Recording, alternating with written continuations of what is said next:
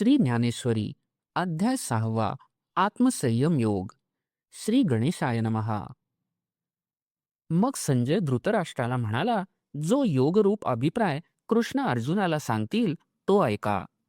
श्रीकृष्णांनी अर्जुनास ब्रह्मरसाचे पारणे केले. त्याच समयास आम्ही सहजगत्या पाहुणे प्राप्त झालो. आमचे दैव किती थोर आहे हे कळतच नाही.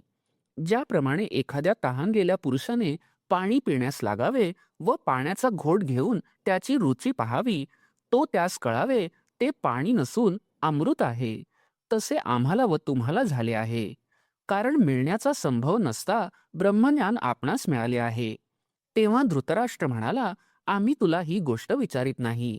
या बोलण्याने त्या संजयाला धृतराष्ट्राचे हृदय मुलांविषयीच्या स्नेहाने यावेळी घेरले आहे असे कळून आले. हे लक्षात येऊन संजय मनातच हसला व आपल्याशीच म्हणाला, हा म्हातारा मोहाने अगदीच कामातून गेला आहे.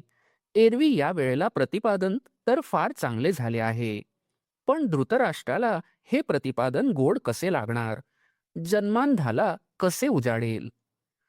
तो मनात रोष ठेवील म्हणून संजय उघड बोलण्यास घाबरला. पण तो मात्र आपल्याला कृष्ण व अर्जुन यांचा संवाद प्राप्त झाला म्हणून आपल्या मनात चांगल्या प्रकारे आनंदित झाला. त्या आनंदाच्या तृप्तीने श्रीकृष्णाच्या बोलण्याचा अभिप्राय मनामध्ये घेऊन तो धृतराष्ट्रास आदराने सांगता होईल. ते संजयाचे 6व्या अध्यायातील बोलणे हा चातुर्ययुक्त प्रसंग आहे.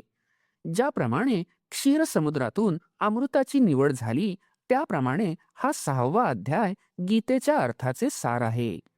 हा अध्याय विचाररूपी समुद्राचा पलीकडचा किनारा आहे, अथवा हा अध्याय म्हणजे अष्टांग योगाच्या ऐश्वर्याचे खुले केलेले भांडारच होय.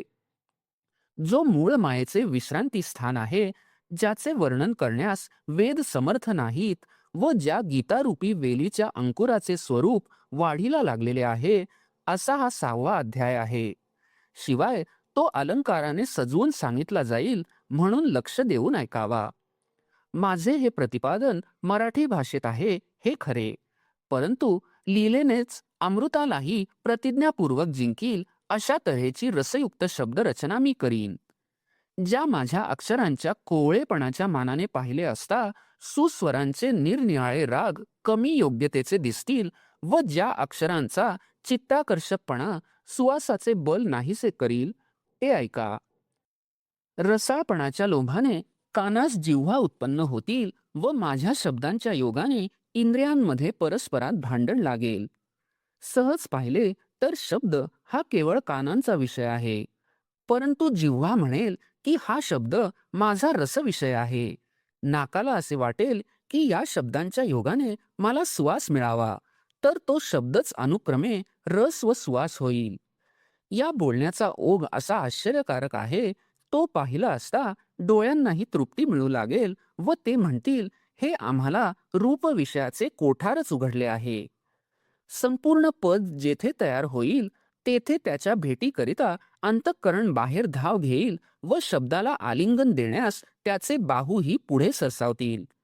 याप्रमाणे इंद्रिये आपापल्या इच्छेप्रमाणे माझ्या शब्दांना लगट करतील, पण तो शब्द सर्वांचे सारखे समाधान करील. ज्याप्रमाणे एकटाच सूर्य सर्व जगाला आपल्या सहस्र किरणांनी जागे करतो, त्याप्रमाणे शब्दाचे व्यापकपण असामान्य आहे असे समजावे. त्याचा विचार करून अभिप्राय जाणणाऱ्याला यात चिंतामणीसारखे गुण दिसून येतील. असे शब्द हीच कोणी चांगली ताटे व त्यात मोक्षरूप पक्वान्ने वाढलेली आहेत, अशी ही ग्रंथरचनारूपी मेजवानी मी निष्काम पुरुषांना केली आहे. आता नित्य नवा आत्मप्रकाश हीच कोणी एक ठाण दिवा करून जो इंद्रियांना न कळता जेवतो त्यालाच लाभ होतो. या मेजवानीकरिता श्रोत्यांना श्रवणेंद्रियांचा पंगिस्तपणा टाकावयास पाहिजे. ही मेजवानी मनाच्या अंतर्मुखतेने भोगावयाची आहे. वरवर असलेली शब्दरूपी गवसणी काढून आत ब्रह्मरूपी अर्थ आहे त्याच्याशी तद्रूप व्हावे. नंतर सुखामध्येच सुखाने रंगून जावे. याप्रमाणे चित्ताला जर हळुवारपणा येईल तरच माझ्या निरूपणाचा उपयोग होईल, नाहीतर मुक्या बहिराच्या गोष्टीसारखा सर्व प्रकार होईल. श्रोत्यांची निवड करण्याची आवश्यकता नाही, कारण या विषयात सहजच निष्काम अंतःकरणाचे लोकच अधिकारी आहेत. ज्यांनी आत्मज्ञानाच्या आवडीने संसार व स्वर्ग हे ओवाळून टाकले आहेत, त्यांच्या वाचून दुसरे लोक या विषयाची गोडी समजू शकत नाहीत. ज्याप्रमाणे कावळ्यांना चंद्राची ओळख नसते, त्याप्रमाणे विषयासक्त लोकांना हे प्रतिपादन समजणार नाही. आणि शीतल किरणांचा चंद्र हाच ज्याप्रमाणे चकोरांचे आवडते खाद्य आहे, त्याप्रमाणे ज्ञानवानांचा हा विषय आहे आणि अज्ञानी लोकांना तर हे अनोळखी ठिकाण आहे. याविषयी फार बोलण्याचे कारण नाही, परंतु वेळ आली म्हणून मी बोलून गेलो. ते संतांनी क्षमा करणे उचित आहे. आता श्रीकृष्णांनी जे काही सांगितले ते सांगतो. ते बुद्धीला देखील आकलन करण्यास कठीण आहे, म्हणून शब्दांनी ते क्वचितच सांगता येईल. तरी पण माझे गुरु निवृत्तीनाथ ह्यांच्या कृपारूपी दिव्याच्या उजेडाने मी ते पाहीन. जर अतींद्रिय ज्ञानाचे बळ प्राप्त होईल, तर जे दृष्टीला दिसत नाही ते डोळ्यांशिवाय पाहता येते. दैववशात परीस जर हाताला येईल, तर किमयेच्या योगानेही प्राप्त न होणारे उत्तम सोने लोखंडातच मिळेल. त्याप्रमाणे जर सद्गुरूची कृपा होईल, तर प्रयत्न केला असता कोणती गोष्ट प्राप्त होणार नाही. ज्ञानेश्वर महाराज म्हणतात, माझ्यावर ती कृपा अलोट आहे. त्या सद्गुरु कृपेच्या आधारावर मी व्याख्यान करीन व माझ्या व्याख्यानात अरूप ब्रह्माचे स्पष्ट रूप दाखवीन. आणि जरी ते ब्रह्म इंद्रियांना गोचर होण्यापलीकडचे आहे, तरी त्याचाही अनुभव इंद्रियांना येईल असे मी करीन. यश, लक्ष्मी, उदारता, ज्ञान, वैराग्य आणि ऐश्वर्य हे 6 उच्च प्रतीचे गुण ज्याच्या ठिकाणी वास करतात, म्हणून ज्यास भगवंत असे म्हणतात, व जो सर्व संग परित्याग केलेल्यांचा सोबती आहे, तो श्रीकृष्ण म्हणाला, अर्जुना, आता तू पूर्ण लक्ष दे. या जगात निष्काम कर्मयोगी आणि संन्यासी हे दोन्हीही एकच आहेत. त्यांना कदाचित तू वेगळे मानशील, पण तसे मानू नकोस. कारण विचार करून पाहिले तर हे दोन्ही एकच आहेत. नावांच्या वेगळेपणामुळे भासणारा दुजेपणा टाकून दिला तर योग तोच संन्यास होय. तत्वतः पाहिले तर ब्रह्मस्वरूपाच्या ठिकाणी या दोहोत अंतर राहत नाही. ज्याप्रमाणे वेगवेगळ्या नावांनी एकाच पुरुषाला हाक मारतात, किंवा 2 रस्त्यांनी एकच मुक्काम गाठतात, किंवा स्वभावतः पाणी तितके एकच आहे, परंतु ते वेगवेगळ्या घागरीतून भरले म्हणजे जसे ते वेगवेगळे दिसते, त्याप्रमाणे योग व संन्यास याचा वेगवेगळेपणा फक्त दिसण्यापुरता आहे. जो कर्माचे आचरण करून त्याच्या फळाविषयी आसक्त होत नाही, तोच या जगामध्ये सर्वांना मान्य असलेला योगी होय. ज्याप्रमाणे पृथ्वी ही अहंकारा वाचून सहजच वृक्षादिकांना जन्म देते व त्यांना येणाऱ्या फळाची अपेक्षा करीत नाही, तसे कुळक्रमातील वहिवाटीप्रमाणे वर्णाश्रम धर्मातील आचारांना अनुसरून जे कर्म ज्या वेळेला करणे प्राप्त आहे, ते त्याप्रमाणेच व्यवस्थित करतो, परंतु त्या संबंधी आपल्या ठिकाणी कर्तृत्व बुद्धी घेत नाही आणि बुद्धीनेही फळापर्यंत जात नाही, म्हणजेच फळाची इच्छा करीत नाही. असा जो असेल तोच संन्यासी होय. तोच खात्रीने योगीराज आहे असे समज. उलट जो नित्य नैमित्तिक कर्म करणे प्राप्त झाले, तर त्या कर्माला हे कर्म बंधन करणारे आहे, हे मी टाकीन असे म्हणतो, पण हे कर्म टाकले की लागलीच तो दुसरे एखादे कर्म करण्याचे आरंभितोच. जसा एक लेप धुवून टाकून लागलीच दुसरा लावावा, त्याप्रमाणे केवळ आग्रहाचा दास झालेला तो व्यर्थच कष्टात पडतो. डोक्यावर अगोदरच स्वभावतः गृहस्थाश्रमाचे ओझे आहेच, ते टाकण्याकरिता संन्यास घेतला तर त्याबरोबरच पुन्हा संन्यास आश्रमातील कर्मांचे ओझे तो डोक्यावर घेतो. म्हणून अग्निसेवा न टाकता व कर्माचरणाची मर्यादा उल्लंघन न करता योगाचे सुख आपल्या ठिकाणी सहजच मिळणारे आहे. जो संन्यासी तोच योगी आहे, अशी आपली एकवाक्यता असल्याबद्दल अनेक शास्त्रांनी जी या जगात ध्वजा उभारून प्रसिद्ध केले आहे, ज्या ठिकाणी त्याग केल्याचा संकल्प अजिबात नाहीसा होतो, त्याच ठिकाणी योगाचे सर्वस्व म्हणजेच ब्रह्म प्राप्त होते. असे हे ज्याला अनुभवाच्या तराजूत खरे ठरून पटले आहे, तोच संन्यासी व तोच योगी होय. अर्जुना, आता योगरूपी पर्वताच्या शिखरावर ज्या कोणास जाऊन पोहोचावयाचे असेल त्याने या कर्ममार्गरूपी पायऱ्यास चुकू नये. तो या यमनियमरूपी पायथ्यापासून निघून आसनाच्या पायवाटेने प्राणायामाच्या कड्याने योगरूपी डोंगराच्या मध्यभागावर येतो. नंतर प्रत्याहाररूपी तुटलेला कडा लागतो. त्या निसरड्या कड्यावर बुद्धीचेही पाय ठरत नाहीत. त्या प्रसंगात हठयोग्यांना शेवटी आपल्या प्रतिज्ञा सोडून द्याव्या लागतात. तरी अभ्यासाच्या बळाने चढण्यास आधार नसणाऱ्या प्रत्याहाररूपी कड्यावर वैराग्यरूपी नखी घोरपडीसारखी हळूहळू चिकटेल आणि याप्रमाणे चढावयास आश्रय मिळेल. याप्रमाणे प्राण व अपान या वायूंच्या वाहनावरून येऊन धारणेच्या प्रशस्त रस्त्याने ध्यानरूपी शिखर मागे टाकेपर्यंत तो चालतो.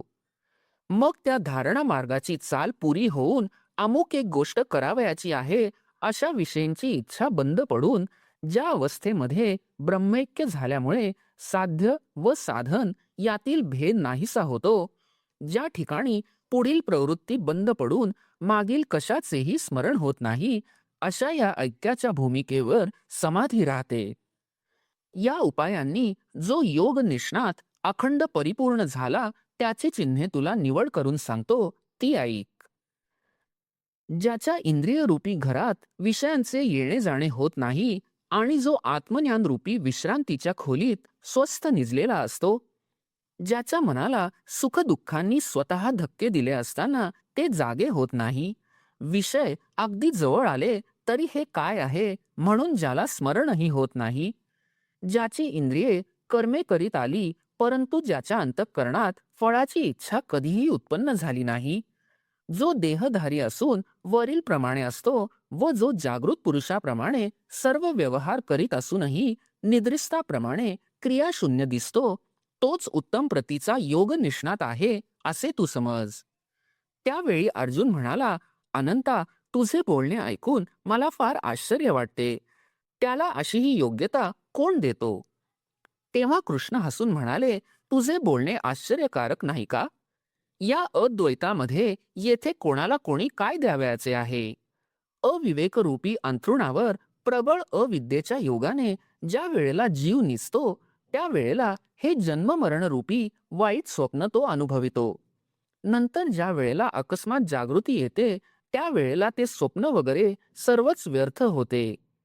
अशा प्रकारचा आपल्या नित्य अस्तित्वाचा जो सहज प्रत्यय येतो तोही आपल्याच ठिकाणी आपल्याला येतो. म्हणून अर्जुना, मिथ्या जो देहाभिमान त्याकडे चित्त देऊन आपणच आपला घात करतो.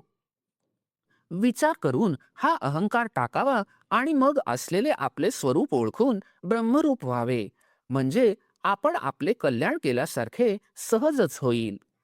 नाहीतर जो शरीर हेच उत्तम ठिकाण समजून तेथे आत्मबुद्धी ठेवतो तो कोश किड्याप्रमाणे आपला आपणच शत्रू होतो. ऐन लाभाच्या वेळेला करंट्याला आंधळेपणाचे डोहाळे कसे होतात ते पहा. तो आपले असलेले डोळे आपणच झाकून घेतो, किंवा कोणी एक मनुष्य वेळ लागल्यामुळे पूर्वीचा जो मी तो मी आता नाही, मी चोरला गेलो असे म्हणतो आणि आपल्या मनात असा नसताच आग्रह घेऊन बसतो. एरवी हल्ली तो जो आहे तो पूर्वीचाच आहे, पण काय करावे, त्याच्या बुद्धीला तसे वाटत नाही. स्वप्नातील तलवारीच्या वाराने कोणी खरोखर मरतो का? पोपटाला धरण्याकरता बांधलेल्या नळीवर पोपट बसल्यामुळे जेव्हा पोपटाच्या वजनाने ती नळी उलट बाजूला फिरते तेव्हा त्याने वास्तविक तेथून उडून जावे.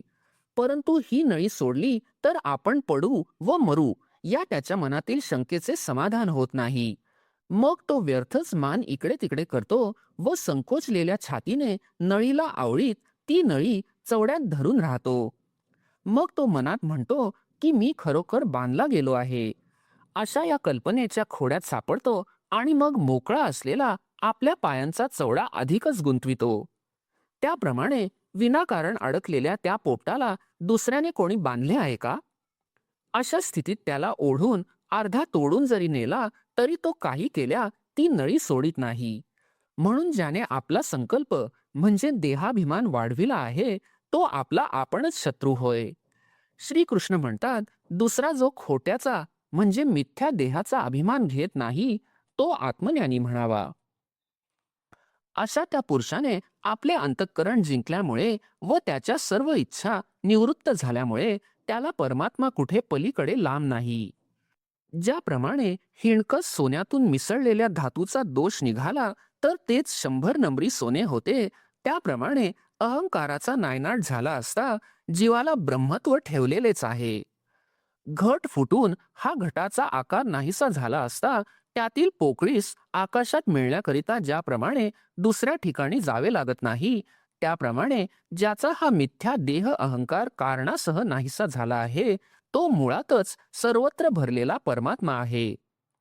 आता थंड व उष्ण असे प्रकार किंवा हे सुख व हे दुःख अशी निवड, तसेच हा मान व हा अपमान अशी समजूत, या गोष्टी त्या पुरुषाच्या ठिकाणी मुळीच संभवत नाहीत. कारण की सूर्य ज्या मार्गाने जातो तितका जगाचा भाग प्रकाशित होतो, त्याप्रमाणे त्याला जे जे प्राप्त होते ते त्याचेच स्वरूप आहे. म्हणून वर सांगितलेली द्वंद्वे त्याच्या ठिकाणी संभवत नाहीत. मेघापासून ज्या पावसाच्या धारा पडतात त्या ज्याप्रमाणे समुद्राला बोचत नाहीत, त्याप्रमाणे शुभाशुभे ही योगेश्वराच्या आत्मस्वरूपाहून भिन्न नसल्यामुळे यास ती द्वंद्वे प्रतीत होत नाहीत. अनुभवाला येणारे जे हे दृश्य जगत त्याचा विचार करता ते त्याच्या दृष्टीने मिथ्या ठरले व मग आपण कोण आहोत असे जेव्हा तो पाहावयास लागला, तेव्हा ज्ञान तेच आपण आहोत असे त्यास कळले. आता द्वैत नसल्यामुळे मी व्यापक आहे किंवा मर्यादित आहे अशी वाटाघाट करण्याचे त्याच्या ठिकाणी सहजच थांबते. अशा रीतीने ज्या कोणी एकाने आपली इंद्रिये जिंकली आहेत तो देहधारीच असतो, परंतु सहजच तो परब्रह्माच्या बरोबरीचा ठरतो.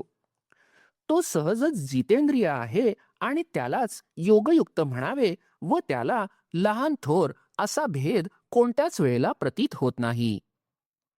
शुद्ध सोन्याचा मेरू पर्वता एवढा प्रचंड ढीग आणि मातीचे ढेकूळ तो सारखेच मानतो. पाहावयास गेले तर पृथ्वीची किंमत ज्यापुढे काही नाही असे शुद्ध अमूल्य रत्न, पण तो ते दगडासारखेच मानतो, असा तो निरीच्छ असतो. त्याच्या ठिकाणी हितचिंतक व शत्रू किंवा उदास आणि मित्र अशा तऱ्हेची वेगवेगळ्या वृत्तीची कल्पना कुठून करावी. मीच विश्व आहे अशी प्रचिती ज्यास झाली आहे त्याला नातलग कोण आणि कशाचा, व त्याला वैरी तरी कोण. मग त्याच्या दृष्टीने वाईट किंवा चांगले असे काय? परिसाच्या कसोटीवर घासले असता सोन्यात निरनिराळे प्रकार करता येतील का? ती परिसाची कसोटी ज्याप्रमाणे त्यास उत्तम सोनेच करते, त्याप्रमाणेच त्याच्या बुद्धीमध्ये चराचराविषयींच्या समतेचा निरंतर उदय होतो. कारण विश्वातील प्राणीरूप अलंकाराचे समुदाय जरी निरनिराळ्या आकारांचे आहेत, तरी ते एक परब्रह्मरूप सोन्याचेच बनलेले आहेत. असे जे उत्तम ज्ञान ते त्याला सर्व प्राप्त झाले, म्हणून तो वरवरच्या या नाना प्रकारच्या आकारांनी फसत नाही. वस्त्राच्या आत पाहिले तर त्या वस्त्रामध्ये जिकडे तिकडे अनेक तंतूंचीच रचना दिसते, तरी पण त्या वस्त्रात एका सुता वाचून दुसरी गोष्टच नाही. अशा या तंतुपट न्यायाने हा वर सांगितलेला अनुभव येतो व असा ज्याचा अनुभव आहे तोच समबुद्धी होय, यात अन्यथा नाही असे समज. ज्याचे नाव तीर्थराज आहे व ज्याचे दर्शन झाले असता समाधान होते व ज्याच्या संगतीने भ्रमलेल्यास ब्रह्मता मिळते, ज्याच्या बोलण्याने धर्म जगतो, ज्याची कृपा मोठाल्या सिद्धींना उत्पन्न करते, स्वर्ग सुखाधिक देणे ही ज्याला खेळ आहेत, अशा पुरुषाच्या नावाचे मनात सहज जरी स्मरण केले तरी तो आपली योग्यता देतो. त्याची स्तुती केल्यास लाभ होतो. पुन्हा मावळणार नाही अशा ऐक्यरूपी दिवसाने ज्यास उजाडले आहे व जो मग निरंतर आपण आपल्या ठिकाणीच स्व आत्मसुखात निमग्न असतो, अशा दृष्टीने जो विचारयुक्त आहे अर्जुना, तो एकाकी आहे. कारण तिन्ही लोकात तोच आहे, म्हणून तो सहजच परिग्रह शून्य असतो. ज्ञानेश्वर महाराज म्हणतात, अशी प्राप्त पुरुषांची लोकोत्तर लक्षणे कृष्ण आपल्या सर्वज्ञतेने सांगतात. जो श्रीकृष्ण ज्ञानी लोकात श्रेष्ठ आहे, सर्व पाहणाऱ्यांच्या दृष्टीचा जो प्रकाशक आहे व ज्या समर्थाचा संकल्प विश्वाची उभारणी करतो, ओंकाराच्या पेठेत तयार झालेले वेदरूपी वस्त्र, ते ज्याच्या 6 गुणांपैकी एक, जे यश त्या यशाला अपुरे पडल्यामुळे वेढू शकले नाही, वेदांकडून ज्या श्रीकृष्णाच्या यशाचे सुद्धा संपूर्ण वर्णन होऊ शकले नाही. श्रीकृष्णाच्या अंगातील तेजाने सूर्यचंद्रांच्या व्यापाराला जोर आहे, तर मग जग हे त्याच्या प्रकाशा वाचून प्रकाशित आहे का? ज्ञानेश्वर महाराज आपल्या मनाला म्हणतात, हे मना, ज्या भगवंताच्या नामाचे महात्म्य पाहिले असता त्याच्या पुढे आकाशही कमी दिसते, त्या भगवंताचे एक एक गुण तू कसे जाणशील? म्हणून हे वर्णन करणे पुरे. या संतांची लक्षणे सांगण्याच्या निमित्ताने देवाने कोणाची लक्षणे सांगितली व ती का सांगितली हे मला सांगता येत नाही. पण मला असे वाटते, द्वैताचा ठाव ठिकाणा नाहीसा करणारे असे जे आत्मज्ञान ते उघड उघड व्यक्त केले, तर अर्जुन मला आवडतो ही प्रेमाची गोडी खरोखर नाहीशी होईल.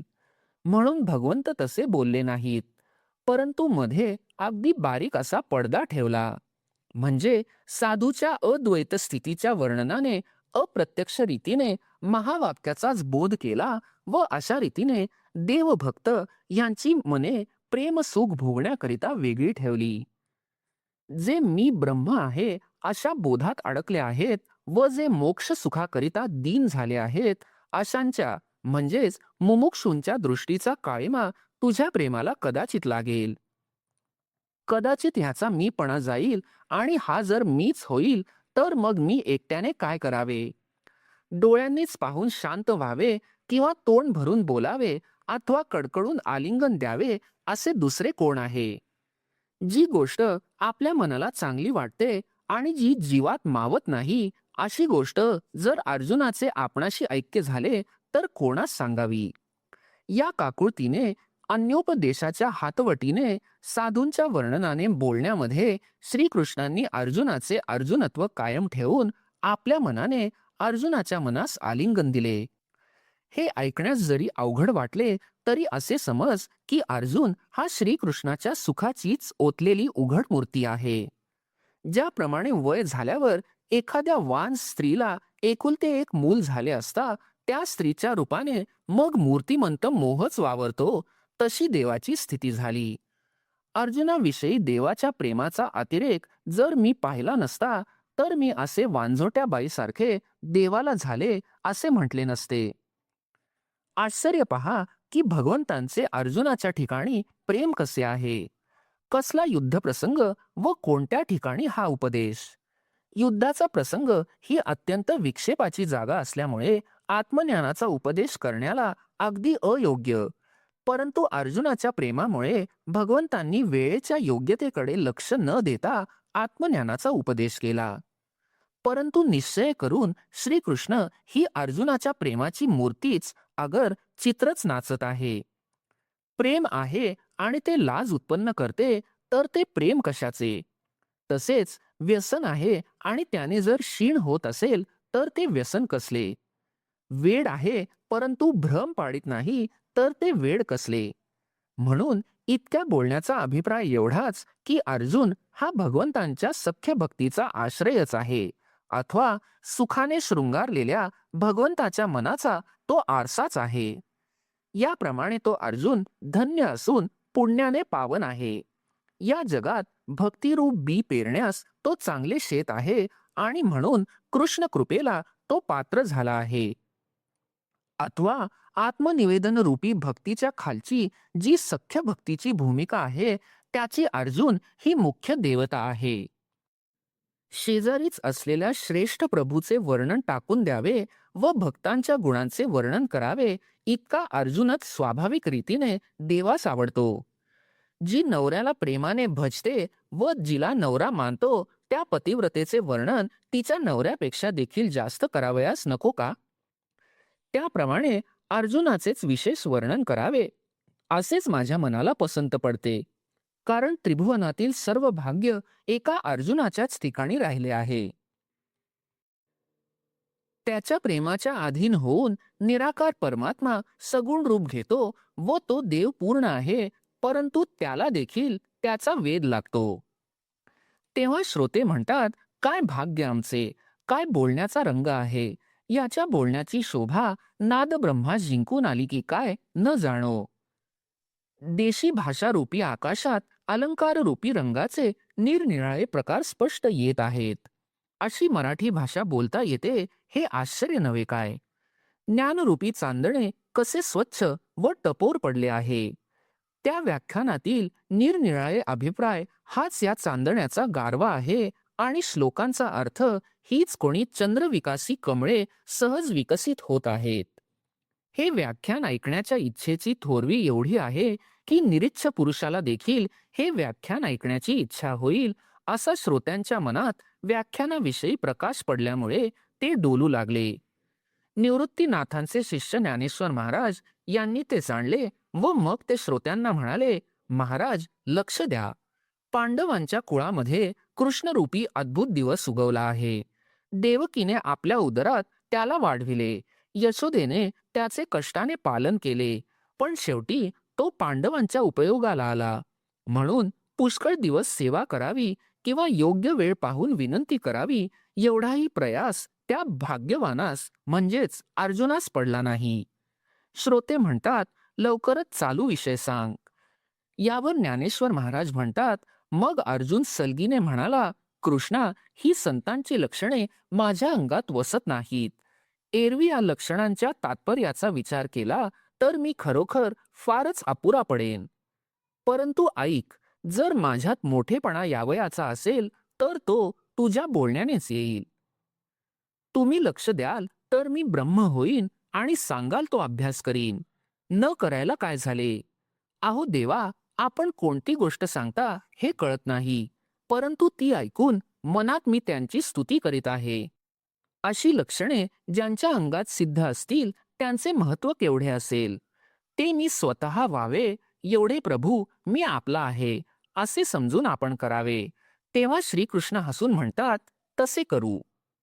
जोपर्यंत एक समाधान प्राप्त झाले नाही तोपर्यंत सुखाचा चोहोकडे दुष्काळ असतो. पण एकदा संतोष प्राप्त झाल्यावर मग सुखाला कुठे कमी आहे. त्याप्रमाणे सर्व शक्तिमान सर्वेश्वराचा अर्जुन सेवक आहे म्हणून तो सहज ब्रह्मही होईल. पण अर्जुनाच्या दैवाच्या सामर्थ्याच्या भाराने श्रीकृष्ण कशा प्रकारे फलद्रूप झाला ते पहा. इंद्रादिकांना देखील हजारो जन्म घेतले तरी ज्याची भेट होणे दुर्लभ तो श्रीकृष्ण अर्जुनाच्या किती अधीन झाला आहे.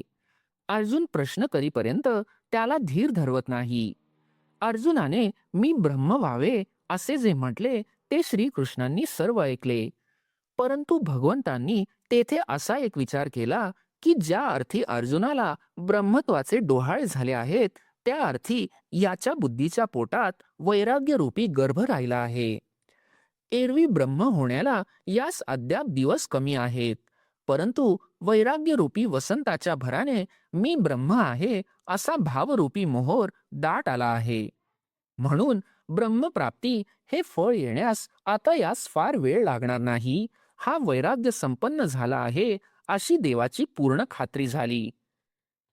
श्रीकृष्ण स्वतःशी म्हणाले की हा अर्जुन ज्या ज्या कर्माचे आचरण करील ते ते ह्याला आता आरंभालाच फळास येईल. म्हणून याला सांगितलेला अभ्यास वाया जाणार नाही.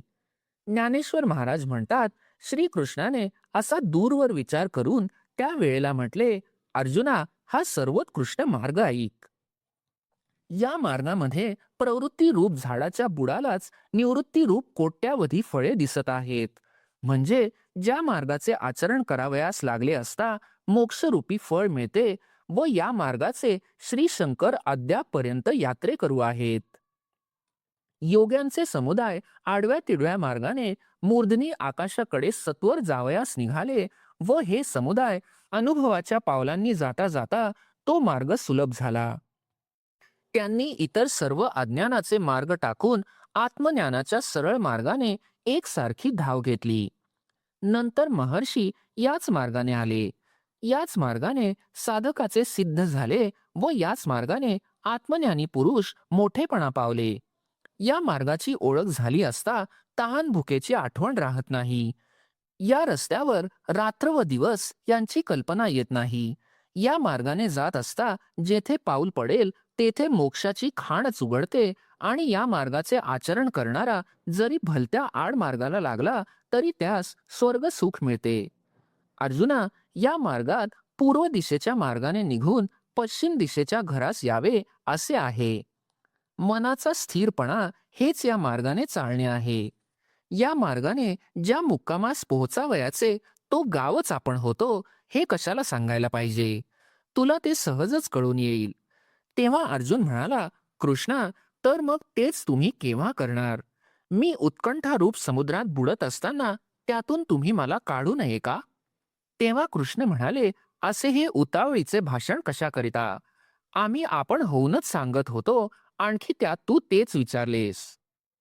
तर आताच त्याचे सविस्तर प्रतिपादन केले जाईल. परंतु त्याप्रमाणे अनुष्ठान करून अनुभव घेतला तरच त्याचा उपयोग होईल. त्याकरिता या अभ्यासाला योग्य असे एक ठिकाण पाहणे जरुरी आहे. ज्या ठिकाणी सहज बसले असता असे समाधान प्राप्त होते की तिथून उठावे असे वाटत नाही व जे पाहिल्याबरोबरच वैराग्यास दुप्पट जोर येतो. जेथे संतांनी वास्तव्य केले आहे आणि ज्या ठिकाणी समाधानाला सहाय्य मिळून मनाला धैर्याचा उल्हास येतो, जेथे अभ्यासच आपण आपल्याला साधकांकडून करवून घेतो व अनुभव आपण होऊन साधकाच्या अंतःकरणाला माळ घालतो, याप्रमाणे जेथे रम्यपणाचे महात्म्य निरंतर आहे. अर्जुना, ज्या स्थानावरून सहजगत्या गेले असता नास्तिकाला देखील तपश्चर्या करावी अशी मनापासून आस्था वाटते.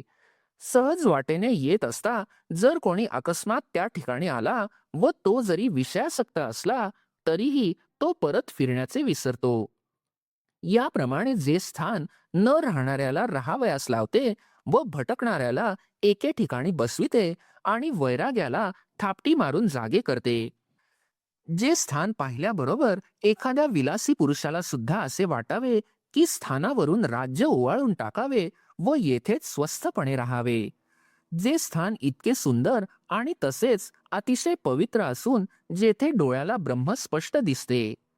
आणखी एक या स्थानाचे लक्षण पाहावे, ते हे की ज्या स्थानी साधकांनी वस्ती केलेली असावी व जे स्थान लोकांच्या येण्या जाण्याने वहिवाटलेले नसावे, जेथे अमृताच्या सारखी मुळासकट गोड असलेली व नेहमी फळणारी अशी दाट झाडे आहेत, ज्या ठिकाणी पावलोपावली पाणी आहे पण ते पावसाळ्यातही निर्मळ असते व जेथे विशेष करून पाण्याचे झरे सहज आढळतात, हे ऊन देखील जेथे सौम्य भासते आणि जेथे वारा अतिशय शांत असून त्याच्या मंद झुळका येत असतात, जे स्थान बहुतेक निशब्द असावे व ज्या ठिकाणी श्वापदांची गर्दी असू नये व ज्या ठिकाणी राघू आणि भ्रमर हे नसावेत, ज्या ठिकाणी पाण्याच्या जवळ असणारे हंस, दोन चार चक्रवाक, कधी एखाद्या वेळेला कोकिळही असला तरी चालेल, जेथे नेहमी जरी नाही तरी येऊन जाऊन असणारे काही मोरही असेल तरी त्यास आमची ना नाही. परंतु अर्जुना, असले स्थान जरूर शोधून ठेवावे. त्या ठिकाणी सहज दृष्टीस न पडणारा एखादा मठ अथवा शंकराचे देऊळ असावे. या दोहोतील जे मनाला पसंत पडेल असे एक स्थान असावे. बहुत करून एकांतात बसावे. म्हणून ते स्थान तसे आहे की नाही हे समजून घ्यावे. आपले मन तेथे स्थिर राहते की नाही ते पाहावे आणि राहत असेल तर तेथे असे आसन लावावे. तळास साग्र दर्भ घालून त्यावर शुद्ध कृष्णाजीन घालून त्यावर धुतलेल्या वस्त्राची घडी घालावी. ते दर्भ कोवळे असून सारखे आणि सहजच एकमेकांना लागलेले एकसारखे राहतील असे व्यवस्थेने घालावेत. परंतु ते आसन कदाचित जर उंच होईल तर शरीर डोलेल आणि सखल होईल तर जमिनीचे गारवा वगैरे दोष त्याला प्राप्त होतील. आता हे वर्णन पुरे. अशा प्रकारचे आसन असावे. मग तेथे आपण एकाग्र अंतःकरण करून मनात सद्गुरूचे स्मरण करावे. त्या स्मरणाच्या आदराने अहंकाराचा कठीणपणा इतका नाहीसा होतो की तो स्मरण करणारा आत बाहेर सात्विक भावांनी व्याप्त होतो. त्याला विषयांचा विसर पडतो. त्याच्या इंद्रियांची रग मोडते. अंतःकरणाच्या ठिकाणी मनाची स्थिरता होते. याप्रमाणे ऐक्य प्राप्त होईपर्यंत थांबावे व मग त्याच ऐक्य बोधाने आसनावर बसावे. आता अंगाला अंग आपणहून सावरून धरते, वायूला वायूच आपणहून आवरून धरतो. याप्रमाणे अनुभवाचा उदय होऊ लागतो.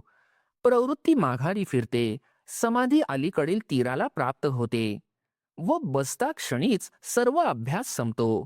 मुद्रेची थोरवी अशी आहे, तीच आता सांगतो. तर पोटऱ्याला चिकटून मांडी घालावी, दोन्ही तळपाय वाकडे करून ते आधार चक्राखाली चांगले सुस्थिर राहतील असे बळकट बसवावेत. उजव्या पायाची टाच खाली घालावी व तिने शिवण दाबावी, म्हणजे उजव्या पायावर स्वाभाविकच डावा पाय बसतो. गुद व शिश्न यांमधील बरोबर जी 4 बोटे जागा आहे, त्यापैकी 1.5 बोट वर व 1.5 बोट खाली जागा सोडून मध्येची 1 बोट जागा राहते. तेथे उजव्या पायाच्या टाचेच्या वरच्या बाजूने आपले अंग वर तोलून घट्ट दाबावे. उचलला आहे की नाही हे न कळेल अशा तऱ्हेने पाठीचा खालचा भाग उचलावा व त्याच प्रकारे दोन्ही घोटे उचलून धरावेत. अर्जुना, मग हा सर्व शरीराचा आकार जसा काही अगदी खालच्या पायांच्या टाचेचा वरचा स्वयंभू भागच आहे असा होऊन जातो. अर्जुना, हे मूळ बंधाचे लक्षण आहे असे समज. याप्रमाणे आधार चक्रावर मूळ बंध बरोबर लागला आणि खालचा मार्ग बंद पडला, म्हणजे अपान वायू आतल्या बाजूस संकोचित होऊ लागतो. तेव्हा द्रोणाकार झालेली हस्तांजुळी सहजच डाव्या पावलावर बसते व त्यामुळे दोन्ही खांदे वर चढलेले दिसतात. पाठीच्या उभ्या कण्याच्या योगाने वर चढलेल्या खांद्यात मस्तक घट्ट राहते व डोळ्यांच्या पापण्या झाकावयास लागतात. वरच्या पापण्या ढळतात, खालच्या पापण्या खाली पसरतात. तेव्हा अर्धी उघडी अशी त्या डोळ्यांची स्थिती होते. दृष्टी ही आतल्या आत डोळ्यातच राहते. जर कौतुकाने बाहेर आलीच तर ती नेमकी नाकाच्या शेंड्यावर पडते. अशी आतल्या आतच दृष्टी राहते, ती पुन्हा बाहेर येत नाही. म्हणून अर्ध्या दृष्टीचे राहणे नाकाच्या शेंड्यावरच होते. आता दिशांची गाठ घेण्याची, चोहोकडे पाहण्याची अथवा रूप विषय पाहण्याची ही सर्व इच्छा आपोआप नाहीशी होते. मग गळा आकुंचित होऊन गळ्याखालच्या खळगीत हनवटी अडकून बसते. ती तेथे घट्ट बसून छातीवर दाबून बसते. अर्जुना, त्यामध्ये कंठमणी म्हणजे गळ्याची घाटी अदृश्य होते. असा जो बंध पडतो त्याला जालंधर बंध म्हणतात. वोडियाणा बंध बेंबीवर पुष्ट होतो, पोट खपाटीला जाते आणि हृदय कमळ आत प्रफुल्लित होते. अर्जुना, शिश्नावरील काठास व बेंबीच्या खालच्या भागास जो बंध पडतो त्यास वोडियाणा बंध असे म्हणतात. यालाच उद्यान बंध असेही नाव आहे. याप्रमाणे शरीराच्या बाहेर अभ्यासाची छाया पडते व आतल्या बाजूस मनाच्या चंचलतेचा जोर नाहीसा होतो. कल्पना नाहीशी होते. मनाची बाह्य विषयांकडे असणारी धाव थांबते व सहजच शरीर आणि मन शांत होते. भूक काय झाली, झोप कुठे गेली याची आठवण देखील राहिली नाही. जो अपान वायू मूळ बंधाने कोंडलेला असतो तो ऊर्ध्व गतीने माघारी फिरून सहजच वर अवघडल्यामुळे फुगवटा धरतो. खवळून तो अपान वायू माजतो व पसरल्या ठिकाणी गुरगुरू लागतो. तेथेच राहून मणिपूर चक्राला धक्के देतो. मग ती अपान वायूची बळावलेली वाहुटळ सर्व शरीराच्या आत शोध करून लहानपणाची पोटातील कुचकी घाण बाहेर काढते. त्या अपान वायूला आत वळण्याला कुठे जागा नसल्यामुळे तो मग कोठ्यात प्रवेश करतो व तेथे असलेले कफ आणि पित्त यांचा थारा राहू देत नाही. सप्तधातूंचे समुद्र पालथे करतो, मेदाचे पर्वत फोडतो व हाडांमधील मज्जा बाहेर काढतो. नाड्या खुल्या करतो, अवयव शिथिल करतो व साधकाला भीती दाखवितो, परंतु त्याने भिवू नये. तो रोगांना दाखवितो, परंतु लागलीच त्यांना नाहीसे करतो आणि शरीरात जे पृथ्वीचे आणि पाण्याचे अंश आहेत ते एकात एक कालवितो. अर्जुना, कोंडलेला अपान वायू असे प्रकार करतो तो दुसरीकडे वज्रासनाची उष्णता कुंडलिनी शक्तीला जागे करते. केशराने न्हालेले नागाचे पिल्लू वेढे घेऊन जसे निजावे त्याप्रमाणे नेमकी 3.5 वेढ्यांची ती कुंडलिनी रूपी नागिण खाली तोंड करून निजलेली असते. ती नागिण ज्याप्रमाणे मूर्तिमंत बनविलेली विजेची वाटोळी कडी किंवा प्रत्यक्ष अग्नीच्या ज्वाळेची केलेली घडी अथवा जणू काही उत्तम सोन्याचे चकचकीत वेढे त्याप्रमाणे व्यवस्थितपणे आकुंचित असलेली व नाभीजवळच्या संकोचित जागेत ती वज्रासनाने दाटून बसलेली चिमटल्यामुळे जागी होते. त्या ठिकाणी जसे नक्षत्र तुटून पडावे अथवा सूर्याने जसे आपले आसन सोडून खाली यावे किंवा प्रकाशरूप बीजासच अंकुर फुटावा, त्याप्रमाणे वेढ्याला सोडित असलेली व लीलेने अंग मोडीत असलेली ती कुंडलिनी शक्ती नाभिस्थानाखालील कंदावर उठलेली दिसते. आधीच तिला पुष्कळ दिवसांची भूक लागलेली असते व तशात तिला डिवचल्याचे निमित्त होते. मग ती जोराने सरळ वरती तोंड पसरते. अर्जुना, हृदय कोशाच्या खालच्या बाजूस जो वारा भरलेला असतो त्या सगळ्या वायूस ती खाऊन टाकते. मुखाच्या ज्वाळांनी ती खालीवर व्यापते आणि मांसाचे घास खावयास लागते. जे जे ठिकाण मांसल असेल त्या ठिकाणी वरच्यावरच मोठा लचका तोडते. शिवाय हृदयाच्या ठिकाणचेही एक दोन घास काढते. नंतर तळ हात व तळ पाय त्यातील रक्त, मांस वगैरे खाऊन वरच्या भागाचे भेदन करते व प्रत्येक अंगाच्या सांध्याचा झाडा घेते. आपला आश्रय तर सोडित नाही, पण तेथेच राहून नखांचे देखील सत्व काढून घेते व त्वचा धुवून पुसून त्या त्वचेला हाडांच्या सापळ्यास चिकटवून ठेवते. हाडांच्या नळ्या निरपून घेते व शिरांच्या काड्या ओरपून घेते. त्यावेळी बाहेरच्या केसांच्या बीजाची वाढ होण्याची शक्ती जळून जाते. मग तहानेने पीडित अशी ती सप्तधातूंचा समुद्र एका घोटात पिऊन टाकते व लागलीच शरीरात जिकडे तिकडे खडखडीत उन्हाळा करते. दोन्ही नाकपुड्यातून 12 बोटे वाहत असलेल्या वायूला गच्च धरून त्यास आत मागे घालते. तेव्हा खालचा अपान वायू वरती आकुंचित होतो आणि वरचा प्राणवायू खाली खेचतो. त्या प्राणापानांच्या भेटीमध्ये षटचक्रांचे नुसते पदर तेवढे उरतात. एरवी तरी प्राण व अपान या दोहोंचा तेव्हाच मिलाप झाला असता, परंतु कुंडलिनी तेथे क्षणभर क्षोभलेली असते. म्हणून ती त्यांना म्हणते, तुम्ही येथे कोण, चालते व्हा. पृथ्वीचे सर्व धातू खाऊन काही एक शिल्लक ठेवीत नाही आणि पाण्याचा भाग तर तेव्हा चाटून पुसून टाकते. याप्रमाणे पृथ्वी व जल ही दोन्ही भूते खाल्ल्यावर तिची संपूर्ण तृप्ती होते आणि मग ती शांत होऊन सुषुम्नेजवळ राहते. त्यावेळी तृप्त होऊन समाधान झाल्यावर ती तोंडाने जे गरळ ओकते त्या गरळातील अमृताच्या योगाने प्राणवायू जगतो. तो गरळ रूपी अमृताचा अग्नी तिच्या तोंडातून निघतो खरा, परंतु तो अग्नी ज्या वेळेस आत व बाहेर शांतच करू लागतो त्यावेळेस सर्व गात्रांची गेलेली शक्ती पुन्हा येऊ लागते. नाड्यांचे वाहणे बंद पडते व स्थानभेदाने असणारे वायूचे 9 प्रकार नाहीसे होतात, म्हणून शरीराचे धर्म राहत नाहीत. इडा व पिंगळा या दोन्ही नाड्या एक होतात आणि तिन्ही गाठी सुटून 6 चक्रांचेही पदर फुटतात. अनुमानिक कल्पनेने ठरविलेले डाव्या व उजव्या नाकपुडीतून वाहणारे चंद्रसूर्यरूपी वायू नाकापुढे कापूस धरून पाहिले तरी दिसत नाहीत. बुद्धीचा आकार चैतन्यात नाहीसा होतो व नापामध्ये राहिलेली गंध घेण्याची जी शक्ती ती कुंडलिनी बरोबर सुषुम्ना नाडीत शिरते. तेव्हा वरच्या बाजूस हळूहळू चंद्रामृताचे तळे कलते होऊन ते चंद्रामृत कुंडलिनीच्या मुखात पडते. त्या नळीने कुंडलिनीने रस भरतो व तो सर्वांगामध्ये संचार करतो व प्राणवायू जिथल्या तिथे मुरतो. तापलेल्या मुशीतील मेण निघून जाऊन ती मूस जशी नुसत्या ओतलेल्या रसानेच भरून राहते, त्याप्रमाणे शरीराच्या आकाराने जणू काही त्वचेचा पदर पांघरलेले मूर्तिमंत तेजच प्रकट झालेले असते.